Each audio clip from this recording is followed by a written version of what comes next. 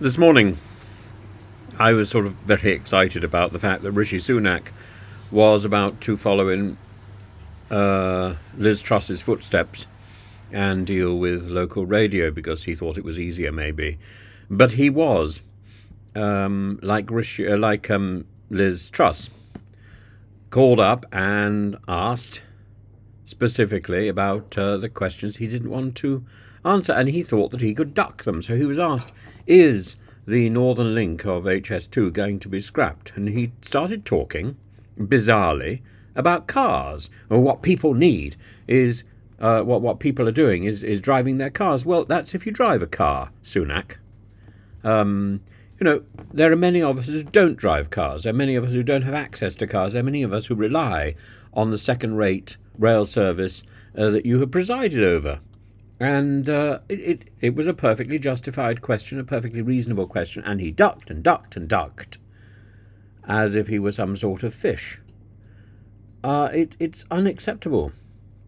A simple question should get a simple answer, shouldn't it? But it's been in the news. Surely he was prepared. Surely he had he'd read his briefing papers. Surely he'd got his advisors, his special advisors, to give him special advice. Well, the special advice seems to have been to duck the issue. Duck, duck, duck, Prime Minister, duck. Do you know what a duck is? Quack, quack. Yes, I know what a duck is. Quack. Well, maybe that's the noise we should make when we're talking to Rishi Sunak, because it seems to be the only noise that he knows. When we listen to him on a Wednesday at Prime Minister's Questions. Question. Duck, duck, Prime Minister. Quack, quack, quack, quack, quack. Where is the answer? Where is the engagement where you ask a question and you get a thoughtful response? Because the only reason for talking to the Prime Minister is to get a thoughtful response. If all you're going to get is quacking, we can switch on the telly. We could get Dan Wootton to do it. Dan Wootton could deputise for Rishi Sunak. That would give him a new job, wouldn't it? Because he's going to lose all the other jobs. Quack, quack, quack, quack, quack. Or Lawrence Fox, because he's going to be out of a job as well. These people could quack for a living. At least if they're not articulating any known words, they're not going to get into any more trouble.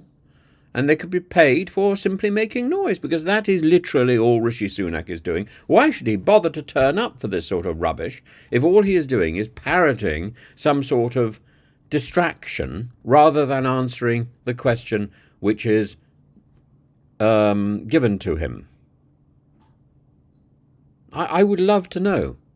Because actually what his leadership, and it's something that has come in. It's not part of Prime Minister's Questions. It's something that has become a feature of Prime Minister's Questions. And I think it was partly introduced by David Cameron. I see the rot going back particularly, I would say, to David Cameron. Mrs. May did it. Liz Truss tried to do it, but Liz Truss, of course, was inane. Boris Johnson did it spectacularly. And Rishi Sunak copies all his predecessors, because actually he hasn't been in Parliament long enough to see anybody answering a question in a straightforward way. There are ways to be evasive, but there are also ways to engage with the person who's asked the question. And it would be nice to see that on occasion, instead of seeing a duck splashing around looking for the next pond. Wah, wah.